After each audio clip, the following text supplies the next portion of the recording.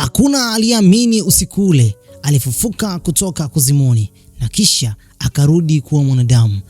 Naam. Basi tunaendelea pale pale tulipokuwa tumeweza kuishia. Mimi jina langu katika mitandao ya kijamii natumia Melek. Basi tuendelee. Usiku ule kipindi ambacho binti alipokuwa ameweza kumuita Ongong, kisha aliweza kupata huduma ya kuweza kusaidiwa pale pale. Ongong alikuwa ni binadamu ambaye si wa kawaida. Aliweza kutumia nguvu zake kuweza kuwastopisha mapepo wote katika lile eneo, na kisha binti alikuwa akishangaa tu namna ambavyo mwamba alivyokuwa anatembeza mkono. Kisha dakika za mwisho kabisa, Ongong alichukua damu ya kwake binti na akaibadilisha kuwa vipepeo. Akawatawanyisha mapepo wote walikuwa wanakuja katika lile eneo, na kisha naye pia katika mkono wake aliweza kuponyeshwa pale pale. Mwamba alimpuliza tu, kisha binti akapona katika lile jeraha lilokuwa ameweza kujikata. Maisha kwake bwana mkubwa Ajusi huko yalikuwa kama vile ni moto uliokuwa unawaka nyikani. Alikuwa na hasira sana, hakuamini kile ambacho kwa kimeweza kutokea, kwa sababu alikuwa anaamini kwamba Ongong hatarudi katika dunia ya hivi sasa. Lakini pia bwana mkubwa PK alikuwa anajaribu kwanza kumwambia bwana mkubwa, jaribu basi kutulia, kila kitu kitakuwa sawa. Hapo Ajusi akaweza kumpiga kupitia nguvu zake, PK akaanza kutoka damu puani. Basi Ajusi alikuwa anajilaumu sana mpaka akaenda basi kumfuata mkuu wa hichi kitengo chao cha kuweza basi kustopisha mashetani katika mji mzima. Akamwambia kwamba anashindwa kuelewa kwa nini mpaka kwa hivi sasa ile gungumaa imeweza kumsaidia tena bwana mkubwa Ongong. Lakini pia huyu mwamba akasema kwamba kitu ambacho kimeweza kumsaidia Ongong ni ile gungumaa, lakini ile gungumaa ni gungumaa ambayo kwa hivi sasa ni gungumaa ya kipekee sana. Kama ameweza kuitumia ile gungumaa kuweza kujisaidia yeye mwenyewe, basi ukijua kwamba bado hata si wenyewe binafsi anaweza kuitumia ile gungumaa kuweza kumteketeza katika ulimwengu huu. Lengo lao ni kuweza kuipata damu ya kwake binti na kuanza kucontrol ulimwengu mzima. Huko Ongong alikuwa anamlaumu binti kwa kuweza basi kuitumia ile gungumaa na kuweza kumfanyia mwenyewe binafsi awe mmoja kati ya mtu ambaye anaumia sana. Anamwambia binti, naomba uweze kuistopisha ile gungumaa katika mwili wangu kwa hivi sasa, mimi siwezi kuendelea kuishi nayo. Binti alikuwa anashangaa sana mwamba namna ambavyo alivyokuwa anaongea. Akamwambia kwamba naomba uweze kunikisi, na ukinikisi ile gungumaa nayo itaacha kufanya kazi. Nichum. Binti akaona huyu mshenzi nini? Watu wakawa wanamshangaa pale. Basi pisi ikawa imekasirika sana. Kisha ikaamua kutoka huko nje. Ilipotoka sasa katika eneo la nje baridi ilikuwa ni kali sana. Sasa kama ukijua kwamba ile gungumaa kipindi ambacho binti anapata maumivu makali, naye pia mwamba naye pia anaanza kupata maumivu vile vile. Pisi kipindi ambacho basi iko katika lile eneo la nje, kipindi anamlazimisha pale pale, naye pia akaanza basi kupata maumivu. Baada ya pisi kuweza kupata maumivu ya baridi ilivyokuwa inampuliza kwa ukali sana, naye pia akaanza kupata maumivu kwa sababu mkono wake nao unaanza kutetemeka sana. Akajaribu kuweza kumpa pisi skafu, ambapo skafu hii aliamini kwamba inaweza kumsaidia kuweza kutuliza hiyo baridi. Basi akaamua kuweza kumwacha pisi na pisi ende zake katika eneo la nyumbani. Lakini hii inamaanisha kwamba bado mtoto huyu wa kike atakuwa katika kipindi kibaya sana. Sasa vile vipepeo basi viliweza kuruka katika mji mzima. Kipepeo kimoja kikafika katika mwili wa mtu mmoja ambaye katika eneo la pili tunaona kwamba kuna miamba ambao walikuwa wanachimba kaburi. Sasa kile kipepeo kimoja kikafika katika mwili wake na kisha kikamfufua kutoka kuzimuni. Macho ya kwake binti iliweza kubadilika pale pale. Binti akaanza kuibuka katika lile eneo, yani mbadilika kuwa zombie. Hao miamba hawajui hili wala lile. Hasa nyakati ambazo mwamba mmoja alipokuwa basi anaenda kuangalia ule mwili kipindi ambacho basi wameshaweza kuchimba lile kaburi, akaja akagundua kwamba mwili haupo. Alipagawa sana. Akaanambia mwenzake, mwili ulikuwepo hapa, imekuwaje mbona haupo tena? Naye anamwambia kwamba mimi ni kwamba sijaweza kuona. Hasa akasema kwamba turudi zetu nyumbani, twende kumwambia bosi kwamba huo mwili tayari tumeshaweza kuuzika na situmwambie mtu aina yoyote. Hasa wakawa wanajiandaa basi kuweza kuendesha ile gari. Kisha binti naye aliweza kuingia katika ile gari. Akawaambia kwamba vipi, mnamtafuta nani? Oya, huyu dereva bana alianzisha gari pale pale tena kwa spidi isiyo kwa kawaida. Gari liliweza kupinduka kwa sababu alikuwa anaendesha kwa uoga mkubwa sana, na wenyewe pia walianguka katika lile eneo. Tunamwona binti akiwa ametoka katika lile gari, yani bado ni mzima kabisa wa afya, lakini hali yake ya mwili pamoja na miguu yake haikuwa sawa. Akaamua kuweza kutafuta barabara na kisha akaingia huko porini, yani alikuwa anatafuta njia ya kurudi katika eneo ambalo kuna watu. Asa katika eneo la pili tunamwona Piki akiwa na mwanamke mwingine katika siku ya leo. Mwanamke huyu alikuwa ni mwanamke ambaye anatamani kwenda kulala naye katika siku hii ya leo. Pisi ilikuwa ina furaha sana. Nyakati hizo waliweza kuona gari la kwake bwana mkubwa Ongong. Katika lile eneo Piki aliweza kushtuka sana, akiwa amekumbuka kwamba alikuwa ameweza kumsaliti bwana mkubwa Ongong, na anaamini kwamba kama Ongong yupo katika ile eneo lazima aweze kumtesa. Piki alibadilika kuwa nguruwe pori, wakaanza kukimbizwa na bwana mkubwa Ongong. Piki alikuwepo hana utaratibu hata kidogo. Alikimbia ndani ya mji katika nafasi kubwa sana. Watu walikuwa wanaogopa sana. Mwisho wa siku taarifa zake ziliweza kurushwa paka katika vyombo vya habari. Hii inamaanisha kwamba Piki kwa hivi sasa hakuna mtu anamjua, lakini ni nguruwe pori aliyekuwa anaaminika kwamba ameingia katikati ya mji. Sasa Mwamba aliweza kumkamata Piki na akawa anahoji kwa nini alikuwa ameweza kumsaliti. Basi Piki anasema kwamba ni Ajusi alikuwa ameweza kumlagai na kisha akamwambia basi aweze kumsaliti. Na katika siku ya leo anaamini kwamba yeye ni mmoja kati ya mtu ambaye amesalitiwa vibaya sana. Pale rafiki yake akawa anamwambia kwamba ngoja tumpe angalau wiki moja alale aamke kisha tuendelee basi kumchunguza. Kibanza hili ni kwamba ni ile Gunguma ambayo ipo katika mikono ya kwake bwana mkubwa Ongong. Anaamini kwamba binti naye pia atamtumia. Kwa hiyo kwa hivi sasa anaamini pia bado yupo katika kifungo. Kifungo hichi sio kifungo cha kawaida. Sasa huko Ajusi alikuwa anapokea simu nyingi sana. Watu mbalimbali walikuwa wanaamini kwamba kwa hivi sasa atakuwa ameweza kumkamata Samjang. Lakini kila simu aliyokuwa anapokea anaambia kwamba mimi sijamkamata bana. Pale taarifa ziliweza kuja katika lile eneo kwamba kuna mtu ameweza kufika katika lile eneo na huyu mtu si mtu wa kawaida. Ni mtu ambaye anaamini kwamba alikuwepo anatamani kuweza kumpata Samjang. Naye huyu sekretari wake ni mmoja kati ya mtu ambaye anamtamani sana bwana mkubwa. Yaani kuna namna alikuwa anajaribu kuweza kulamba lips zake kiasi cha kwamba yeye mwenyewe binafsi huyu Mwamba Ajusi alikuwa ameweza kugundua lile jambo. Sasa tunamwona mtu mmoja ambaye uchawi wake ni uchawi unaweza basi kubadilika na kuwa tausi. Huyu mtu aliweza basi kujibadilisha pale na kuwa na mkia wa tausi. Kisha akamfuata pale bwana mkubwa Ajusi. Akamwambia kwamba nimekuja hapa kwa ajili ya kuweza kumkamata Samjang.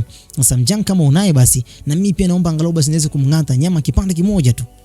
Ajusi akawa anazidi kuwashangaa hawa mapepo namna ambavyo walivyokuwa na react. Wapo wengi ndani ya mji na kila mmoja akawa anatamani kuweza kupata damu ya kwake binti, angalau hata nyama. Sasa pale Ajusi aliweza kumkimbia huyu tausi na tausi alibaki pale akiwa anashangaa tu, hakujua nini ambacho kinafuata.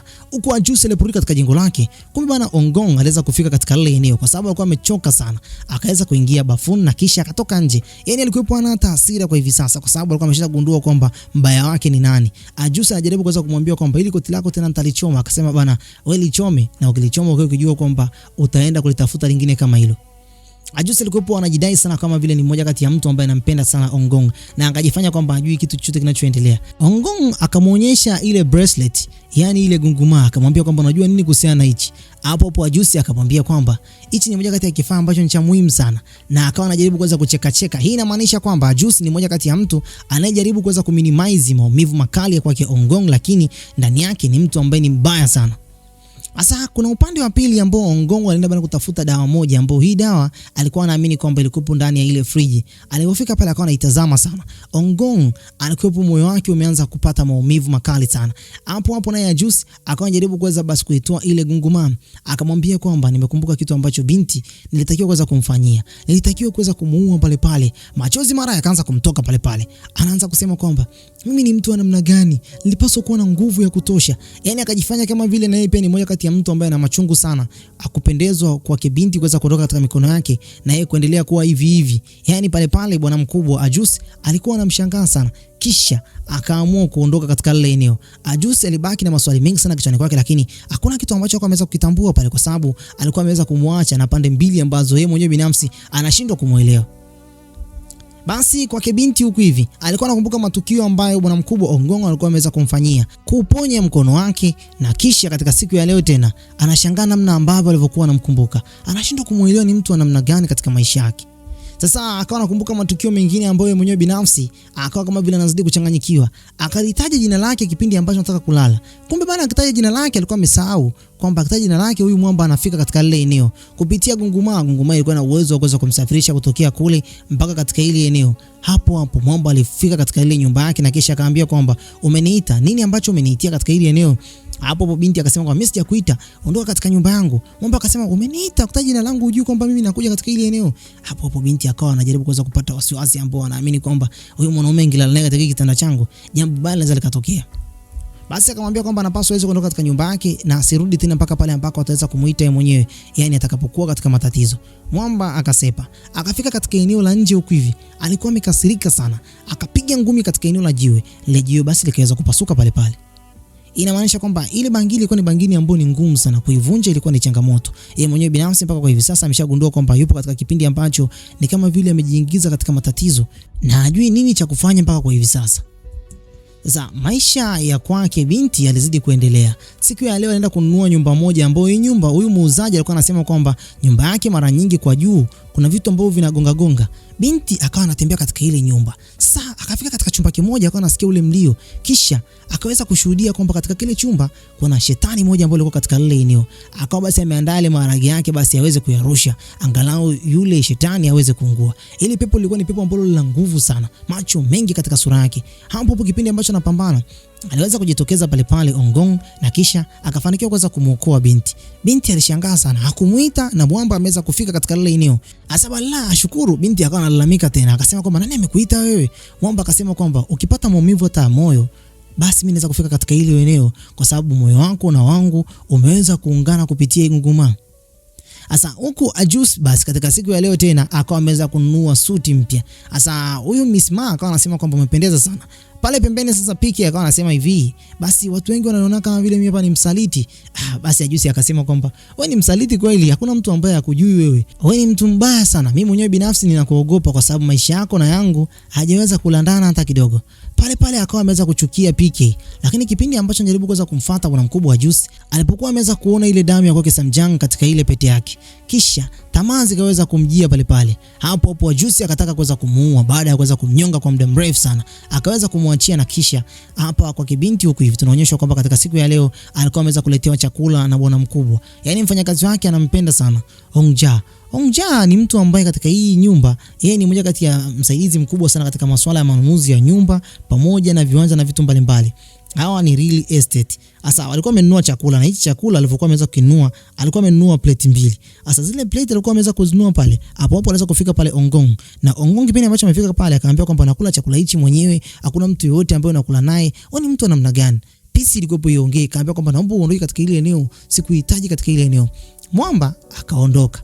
Kipindi ameondoka tena akarudi tena na mdoli. Akamwambia tena huyu mdoli endapo kama utakuwa unamhitaji mtu yote kuongea naye katika hicho chumba chako, basi ongea na huyu mdoli kwa sababu atakuondoa kutoka katika matatizo ambayo unayo moyoni.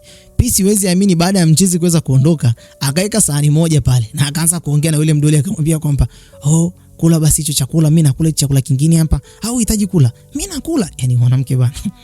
Asa baadaye kidogo tunamuona huku hivi Ongong alikuwa katika lile duka la ice cream na alikuwa ananunua ice cream zake pale kadhaa akiwa anajaribu kuweza kujivinjari. Anasema kwamba yule mwanamke ni mwanamke wa ajabu sana. Anatumia uchawi kuweza kunicontrol mimi tena. Yaani ni vitu vya kishenzi hivi. Ametumia vitu ambavyo ni vya zamani kuweza kunifanya mimi mwenyewe binafsi moyo wangu sasa hivi upo katika kipindi ambacho ni cha matatizo.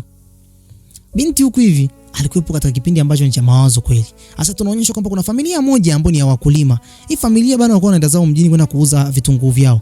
Mbwa wao alikuwa anabweka sana. Kama vile kuna kitu ambacho alikuwa ameweza kukiona. Huyu mwanamke akaambia yule mbwa, "Hebu acha kubweka bana." Sasa mbwa alipokuwa anabweka pale, walishindwa kuweza kumzingatia kwa sababu alipokuwa anaelekeza sura yake ndipo changamoto ilipokuwepo kweli.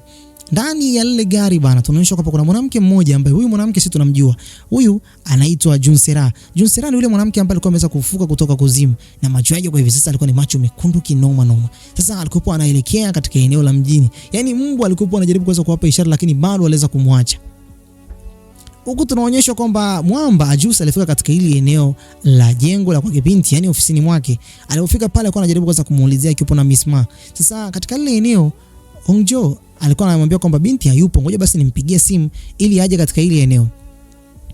Binti alipigiwa simu na kisha alipopigiwa simu akafika pale. Alipofika pale bwana mkubwa Ajus akaambia kwamba kuna mambo mawili ambayo nimekuja nayo katika siku ya leo. Kwanza kabisa nimekuletea malapa yako mapya ambayo inaweza kuyakuta ile malapa ya kipindi cha nyuma yalikuwa yananuka sana. Kwa hiyo utabadilisha naye hapa pia ni mapya. Basi pale pale akamwambia pia kuna jambo lingine ambalo hili jambo ni jambo ambalo ni serious sana. Kuna mkataba ambao unapaswa uweze kusaini. Mkataba huu unatokana na kile ambacho nimeweza kufanyia kwenye maisha yako. Nimeweza kukupa gunguma na mtu wa kuweza kukulinda kwa sababu mashetani walikuwa wanakutafuta wewe sana. Kwa hiyo unapaswa uweze kusaini mkataba na mimi hapa. Kuna kazi ya kufanya. Kazi yako wewe ni kuweza kuwasaidia binadamu. Uwezi amini ya Juice anajaribu kuweza kumuingiza binti katika mtego wa kisheria. Na kwa hivyo sasa binti Jinseom hawezi kuchomoka kwa sababu alikuwa ameweza kuingia makubaliano mwanzo kabisa na huyo Mwamba kwamba angalau aweze kumsaidia. Tunaonyeshwa kwamba katika ofisi ya kwake Ajusi huko hivi alikuwepo na Misma. Sasa walikuwa wanajaribu kuweza kuangalia taarifa mbalimbali ambazo katika mitandao zilikuwa zinazidi kusambaa. Watu walikuwa wanasambaza taarifa kwamba yeye ni mmoja kati ya mtu ambaye alishaishi kwa miaka 100 nyuma, na picha za kipindi cha nyuma zilikuwa zinazidi kusambaa sana. Sasa alikuwepo anajaribu kusema kwamba watu wamepata wapi hizi picha. Anashindwa kuelewa kabisa, maana ni taarifa ambazo zinazidi kusambaa katika mitandao. Baada ya muda tunaonyeshwa kwamba Mwamba alijaribu kwenda kufungua bakuli moja, ambayo bakuli ilikuwa ina siri za hizo picha za zamani. Alikuwa anajaribu kuweza kuziangalia, na mwisho wa siku tunaonyeshwa kwamba kuna jambo ambalo lilikuwa limeweza kutokea katika kipindi cha nyuma, miaka ya zamani kinoma noma. Asa kulikuwa kuna mwanamke mmoja alikuwa anakimbizwa sana katika ile eneo. Polisi walikuwa wanamkimbiza. Na kisha kipindi ambacho polisi walikuwa wameweza kumuona kwamba mwanamke huyu aende kusimama kabisa, wakawa wanafitua risasi bana. Kisha walimpiga risasi mbele ya macho yake. Mwamba Ajusi alilia sana, macho yake yakawa yanatoka machozi tu. Na kisha katika nyakati hizo tunaonyeshwa kwamba Ajusi alifika katika chumba kimoja ambacho hichi chumba ni chumba cha siri. Kwenye ukuta bana kuna picha moja, na hiyo picha ni ya yule mwanamke. Machoni mwake alikuwa anaonyesha kama huyu mtu alikuwa na mawazo mengi sana. Inamaanisha kwamba huyu mwanamke ni mwanamke ambaye ni wa kipekee sana. Katika nyakati hizo tunaonyesha tena kuna mwanamke mwingine ambaye Ajusi alikuwa anamkumbuka katika siku ya leo. Alikuwa anakimbizwa na maaskari. Hasa kipindi ambacho anakimbizwa na hao askari, alijitupa katika mwamba mrefu sana, kuanzia juu mpaka chini, huwezi amini. Hasa hatujui kwamba kama mwanamke huyo alikufa au la. Ajusi machozi tu alikuwa anamtoka katika lile eneo. Hatujui mwanamke huyu ni wa muhimu kiasi gani katika maisha yake, ila ngoja huko mbele basi tutazidi kugundua. Sasa huku Jinseon alikuwa anajaribu kuweza kufikiria kwamba ni kwa nini Ajusi alikuwa ameweza kumletea ule mkataba, na huo mkataba ambao ameweza kupokea, je, utakuja kumbana kiasi gani? Anakumbuka maneno ya kwa Ajusi. Kisha nyakati hizo aliweza pale kuingia bwana mkubwa Anjum, msaidizi wake mwema sana. Anasema kwamba ni wakati wangu mimi hapa kwenda zangu nyumbani, zaende zangu nyumbani. Mara ghafla akaona ule mkataba. Alipoona ule mkataba akasema kwamba mkataba ni wa kusaini na ile kampuni ya bwana Ajusi, kampuni ya waimbaji. Ina maana kwamba umeshaanza kupata kazi za kuimba katika sehemu mbalimbali. Hasa pale binti akasema kwamba hii kazi ni kazi ambayo ni ngumu sana. Sidhani kama hata umeshaelewa nini ambacho kinaendelea. Hakutaka hata Mwamba aweze kugundua kile ambacho kinaendelea. Kisha akaambia kwamba hamna shida, lakini mimi naomba basi hata binti yangu awe hata mmoja kati ya mtu ambaye anatembea na wewe kipindi ambacho anaenda katika hizo show mbalimbali. Akamwambia kwamba hebu nenda zako nyumbani bana huko. Hii bana ihusiani na show, ni vitu ambavyo mimi mwenyewe binafsi vinanichanganya. Vikiwa vinaenda sawa sawa nitamuita wewe binti yako. Pale akamshukuru na kisha akasepa. Binti alikuwa anawaza matukio mbalimbali, akiwa anajaribu kuweza kufikiria kwamba itakuwaje kama nikisaini mkataba. Mkataba ni mkataba wa namna gani? Utanisumbua sana nafsi yangu. Asa tunaonyesha kwamba binti katika siku ya leo ilikuwa ni siku ya kwake bibi yake, alikuwa anamliaga hapo zamani. Bibi yake alikuwa anampenda sana. Akaenda katika soko moja, akaenda kununua moja kati ya popcorn ambazo bibi yake alikuwa anazipenda sana. Asa kulikuwa kuna maadhimisho katika nyumba ya kwake anko.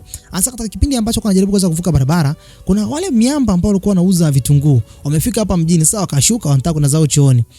Pale binti naye alikuwa katika lile eneo, akamwona mtoto mmoja ambaye roho yake ilikuwa imekaa katika lile eneo pale. Binti alipomfuata, mtoto anamwambia kwamba aligongwaga hapa na gari na akafia hapa. Lakini pia anajisikia vibaya sana. Sasa binti akajaribu kuweza kumfungia popcorn katika karatasi, ambalo karatasi hili ni kama tangazo kutoka katika ofisi yao. Katika ile eneo la gari bana, yule binti aliyekuwa ameweza kufufuliwa kupitia vile vipepeo, naye pia aliweza kushtuka. Akawa basi anatoka katika lile gari. Kumbuka kwamba traffic light hazijaanza kuwaruhusu watu waweze kuondoka. Naye basi akaweza kumuona binti namna ambavyo alivyokuwa anaweka zile popcorn katika kile karatasi. Akawa sasa anamfuata Jinseon katika lile eneo. Huku bana binti akaona kwamba mataa amesharuhusu kwamba watu waondoke. Akaondoka katika lile eneo. Huku Junsera akawa amefika katika lile eneo bana pale. Sasa huyu mwanamke Jinseon akawa amehisi kitu, akajiuka nyuma, akakutana macho kwa macho pamoja na Junsera, akiwa mwili wake uko katika hali mbaya sana. Akaamua kuondoka zake pale. Taarifa mbalimbali kwa zinazidi kutangaza kwamba kuna binti aliyekuwa ameweza kupotea. Polisi walikuwa wanafuatilia jambo hilo na bado hajapata uvumbuzi wa aina yoyote. Asa kuna wale wauni ambao walikuwa wanahusika na uchimbaji wa lile kaburi. Asa katika siku ile bwana walikuwa wameweza kuona lile tangazo. Kumbe bwana hawakufa. Kila mmoja alikuwa anapata wasiwasi kinoma noma. Yaani alikuwa na majeraha, lakini ndio hivyo sawa, anajaribu kuweza kuambiana kwamba hakuna kumwambia mtu kama tumeweza basi kumwachia yule mtoto. Na kama atazidi kutufuatilia katika maisha yetu, tunafanya juu chini tuweze kumteketeza. Oya. Hao ni wauni bwana. Sasa Jinseon yuko hivi alifika katika nyumba ya anko wake, na alipofika katika lile eneo la geti akawa amegonga vizuri tu. Anko wake akaanza kumpokea kwa maneno ambayo ni ya kejeli sana. Na kisha binti akasema kwamba hamna shida, pesa ambayo mlikuwa mnahitaji kwa mwezi ulikuwa umeweza kupita, basi pesa yenu hii hapa. Binti waga analipa pesa, yani ya bibi yake kuweza kumtunza. Imagine bibi yake kuweza kumtunza tu kwa miaka yote, anko wake huaga anachukua kama vile kodi. Na kisha pia binti akasema kwamba kuna popcorn zake hizi hapa huaga anazipenda sana kwenye maadhimisho, basi naomba muweze basi kuzitumia. Wakamfungia geti pale pale. Huwezi amini, binti alijisikia vibaya kinoma noma. Hii inamaanisha kwamba hata binti mwenyewe binafsi alikuwa haruhusiwi kwenda kuadhimisha, walikuwa wanamnyanyapaa. Sasa baada ya hapo binti akufika hata mbali, anko wake anaanza kusema kwamba hivi unadhani kwamba anachuaga hii pesa kwa sababu gani? Anamwambia mke wake, anamwambia kwamba ni kwa sababu mama yangu alimtunza, na kwa nini atunzwe na mama yangu? Kwa mimi nachukua kodi ya mama yangu, ni haki yangu. Oe basi bwana, kipindi ambacho John Xiaomi anaondoka, alitoka mtoto wa huyu anko ambaye huyu anaitwa Mi. Kipindi ambacho ametoka, basi wakaenda naye katika eneo la restaurant moja hivi.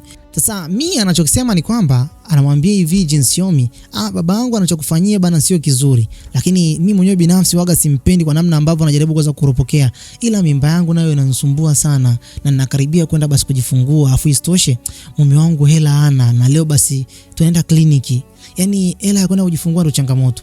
Akasema kwamba basi mimi nitawakopesha. Basi wakawa plan kuweza basi kuwakopesha watu hao. Pale mume wake akawa amefika katika ile restaurant. Alipofika tu pale, akawa amepakiza kwenye gari, basi wakaanza kuondoka. Binti alipotoka nje akaitazama ile gari. Alipotazama ile gari akaona kumbe ndani ya gari lile kuna pepo liko kule ndani. Na lile pepo basi ni pepo la pombe bana. Mume wake kumbe bana alikuwa ameweza kunywa kidogo. Binti akawa anajaribu kuweza kuwakimbiza, lakini akawa ameweza kushindwa. Huko kwenye gari mke wake anamwambia kwamba kwa nini umekunywa pombe leo? Mume anasema kwamba nimeonja kidogo tu. Sasa mume wa Mia akawa anajaribu kuweza kumwambia kwamba vipi wewe ndugu yako atatukopesha pesa kwa ajili ya wewe kwenda kujifungua? Akasema kwamba bado unategemea pesa ya ndugu yangu tu wewe? Wewe ni mshenzi, nitafuta pesa yako. Mume akawa anacheka kinoma noma. Pale lile shetani basi likaanza basi kumcontrol huyu mwanaume. Walipofika katika eneo basi la traffic light, wakawa wanapaswa kuweza kusimama. Lakini huwezi amini, hili pepo lilikuwa linataka kuweza kusababisha ajali pale. Likaanza kumcontrol, likaanza kumwambia kwamba tembea haraka, endesha haraka. Na pale palikuwa wanapaswa waweze kusimama, watu waweze kupita. Huwezi amini, alitoka speed kinoma noma. Akakutana na gari lingine ambalo lilikuwa linakuja kwa upande ule. Hapo kidogo ajali iliweza kutokea. Magari yakaanza kuzunguka. Wewe unafikiri nini ambacho kinaenda kutokea katika ile eneo? Ndani ya ile gari kuna mtoto, kulikuwa na familia nzima. Asa kumbe alikuwa amefanya mambo yote alikuwa ni Ongong. Alikuwa amefika pale kwa sababu ya ndugu yake huyu wa kwake John Xiaomi. Alizungusha gari kwa muda mrefu kinoma noma. Mpaka kule ndani ya gari kulikuwa kuna lile pepo lilikuwa linashangaa namna ambavyo gari linazunguka. Hakuamini kile ambacho kimeweza kutokea. Sasa pale John Xiaomi ameweza kufika kwa sababu alikuwa anajaribu kuweza kuwafuatilia ili basi aweze kuwasaidia. Akamwambia kwamba fungua mlango, hataki kuweza kufungua ile mlango. Anaambia kwamba fungua mlango, ndani ya gari lenu hakuko sawa. Nyuma lile gari basi akaona lile pepo tena kwa mara nyingine. Likamwambia tena mume wake Mi kwamba endesha gari, achana na huyu mwanamke. Huwezi amini, huyu mwamba akawasha gari, tairi zikaanza kuzunguka kwa kasi sana. Ongong akaanza kuzicontrol zile tairi. Alipokuwa anazicontrol zile tairi bana, tairi basi zikaanza basi kupasuka pale. Akatoka nje na kuanza kumlaumu shemeji yake John Xiaomi. Akamwambia kwamba wewe mshenzi, umesababisha mambo yote haya, unapasua tairi zangu. Sasa alikuwa amelewa. Kipindi ambacho anataka basi weza kumpiga pale, Ongong alijitokeza pale na kisha akamwambia kwamba usifanye ushenzi wa aina yoyote. Umekunywa pombe zako kwa starehe zako. Unataka kuwalaumu watu kwa upumbavu wako. Mapepo yana control wewe, unakuja basi kuja kuwalaumu watu hapa. Wewe ni mpuzi nini? Basi lile pepo kule ndani basi ikataka basi kuweza kutoroka. Lilivyotoka tu hivi nje, hapo Ongong akalishika na kisha akafanikiwa kuweza kuliteketeza pale.